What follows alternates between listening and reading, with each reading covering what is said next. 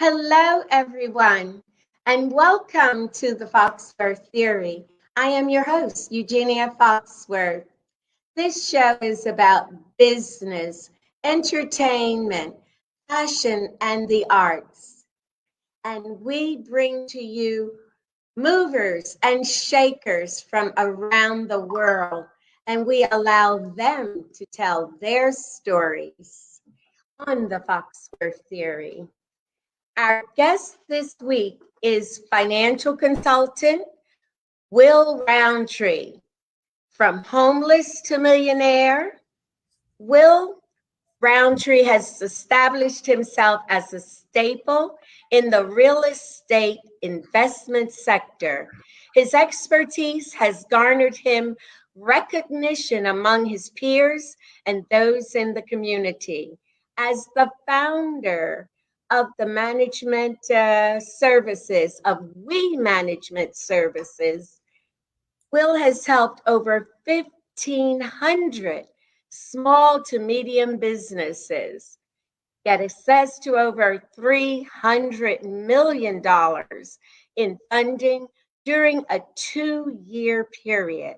He tours the country as a notable financial advisor, author, motivational speaker, mentor, community organizer, real estate investor, and wealth builder. Will's the author of 2 books, Credit is King, Transforming Your Credit into Royalty, and Full-Time CEO, They Don't Tell You. Will, welcome to the show. Hey, thank you for that intro. I appreciate it and looking forward to the interview. And I with you as well. So let's begin. Tell us about your upbringing in Milwaukee, Wisconsin. Oh, wow. So Milwaukee, Wisconsin, typical Midwest city, blue collar town. And, being born and raised from Milwaukee, I always say it gives you a certain type of grit. Being an entrepreneur, we didn't have an opportunity to actually see the influences of the Puff Daddies and the Jay-Z's of New York, or the Dr. Dre's and those individuals in LA. So growing up in Milwaukee, only thing we were surrounded by were D-boys, pimps, and gangs.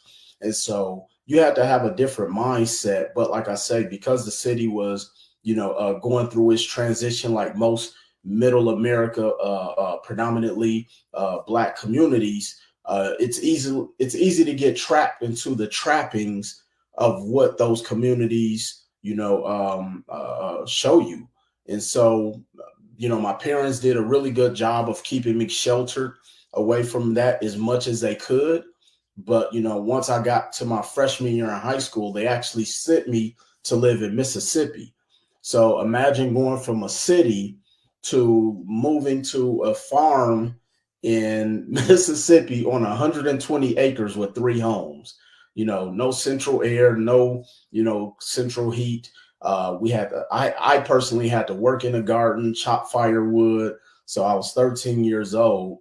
And so I always say I had the best of both worlds, because it gave me the city life and it helped me to bred like my work ethic of moving to Mississippi, because I'm 13 years old. I'm working in a garden, chopping wood, helping my grandfather, who was also an entrepreneur, by the way, who was the town's carpenter. And so also, I'll credit my parents. They were both entrepreneurs. And so I will say that I really probably was able to see what entrepreneurship life looked like from my parents, from my grandparents. And it's interesting, I really didn't realize it until probably about 5 years ago that they were more of an influence than they probably even know, just from me being able to watch them always having that, building towards something outside of than just quote unquote the American dream.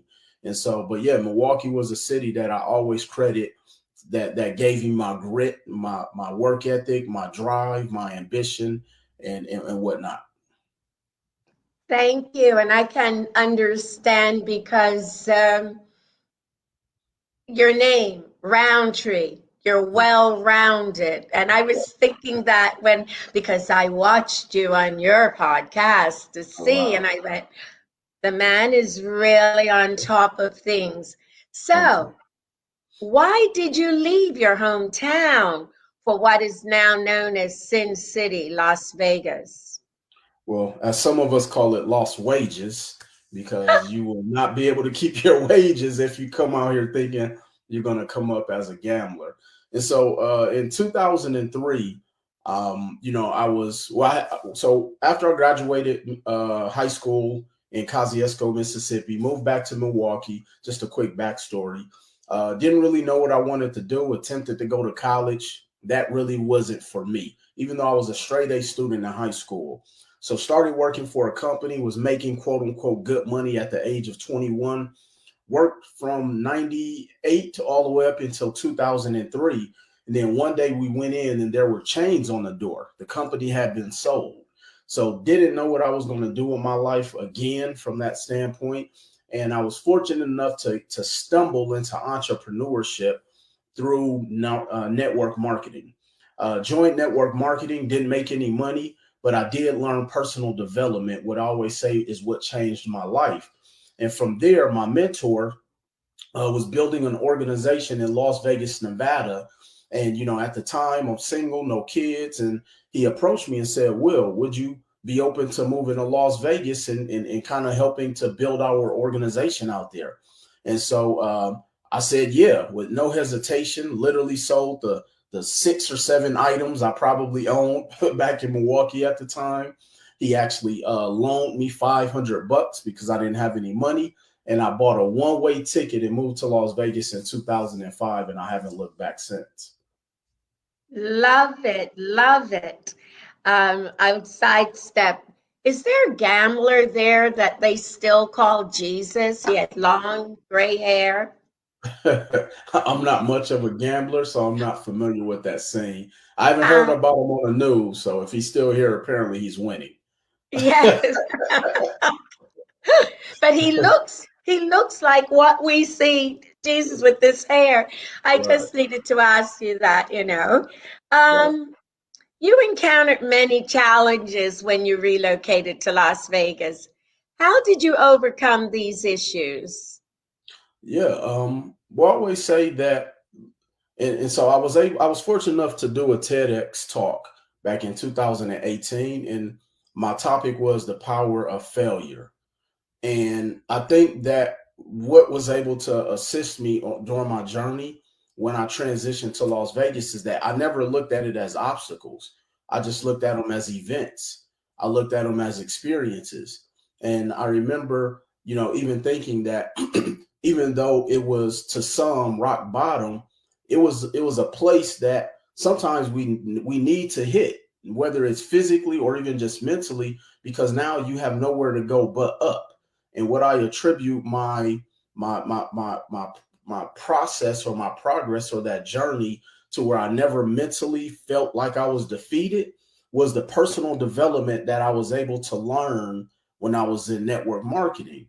And this is why I often share that 80+% of success is all based upon your mindset. They say when you change your thinking, that's when you'll become successful. And so I just use those experiences because now I told myself, now I know what not to do.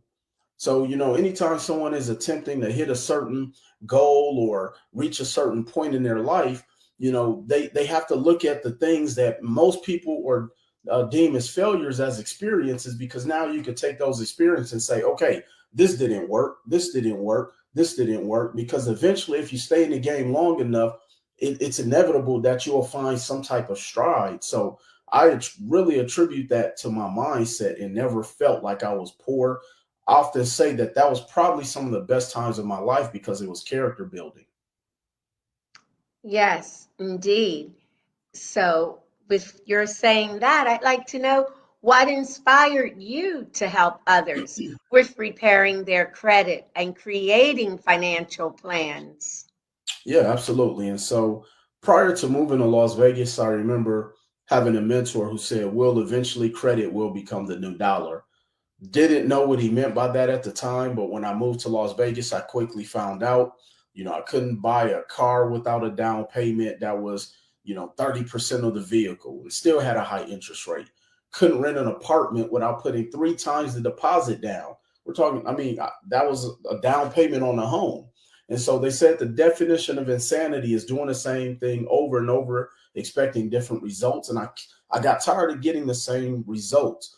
And so as I started to truly learn the power of what credit is, because here's the thing, we've been bamboozled in our community to think that credit is a negative thing. And it's not that credit is negative. It's not that credit cards are bad. It's people who are financially irresponsible, no different than how they are with checks, no different than how they are with cash, that makes credit bad. And so once I really started to learn the power of it and started to study how wealthy people leverage credit through to be able to create assets, I told myself that I have to share this information with people because no one was teaching us this in school. We didn't learn this information in our households through our parents, and so I just wanted to be able to use myself as a vessel to spread this information. No different than if I saw a great movie, I wanted to tell everyone. No different than if I read a great book or went to a great concert. Why not share this concept that was changing my life right in front of my eyes? And why not share it with the world? Mhm. So, why is the creation of generational wealth so important, especially for people of color? Well, one of the many things that I've learned, and one of the stats that blew me away, is that the top two ways wealth is passed down from generation to generation is through real estate and life insurance. And we are dead last in both categories. And so let's start with real estate. So we're last in even home ownership. At one point, we're at about 47%. Fast forward, we're actually less than 42%, of the population that makes up homeowners.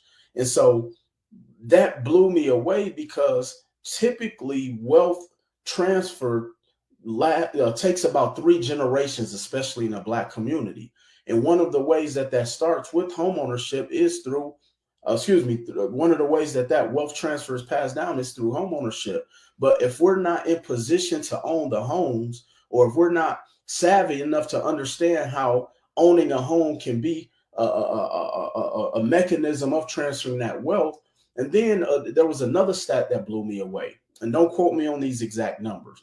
They say the average wealth for a white household is right around about 170 something thousand. The average wealth for a Black household is $17,000. And I said, and we often say, instead of complaining, be a part of the solution. I wanted to be a part of the solution that can help change that narrative, even if I can help move the needle by a half an inch. And so I wanted to go out and teach people about the power of home ownership and really truly letting them know that owning a home is just as easy as going and applying for an auto loan. It's easier to get approved for a home than a credit card. And once we understood that process, then understand how that home can help to create some form of wealth, and then started teaching people about concepts when it comes to understanding how equity works. See, if my great grandmother my great grandparents had purchased a home and they owned it outright by the time I was an adult, that home could be worth 200,000, 300,000, or $2-3 million, depending on where they purchased it throughout the country. And that wealth is now passed down from generation to generation. And so we had to start learning these concepts And as I started to learn them, I wanted to be able to share that. And that's why it was important for us. Hi, this is Eugenia Foxworth. Thank you so much for tuning into the Foxworth Theory. We are celebrating going into our third season. Can you believe that? We are opening our doors to sponsorships for the Foxworth Theory. For more information, go to thefoxworththeory.com or email us at Thank you for joining us on the Foxworth Theory. Thank you. Be sure to tune in on Thursday at 9 p.m. on the Foxworth Theory Network.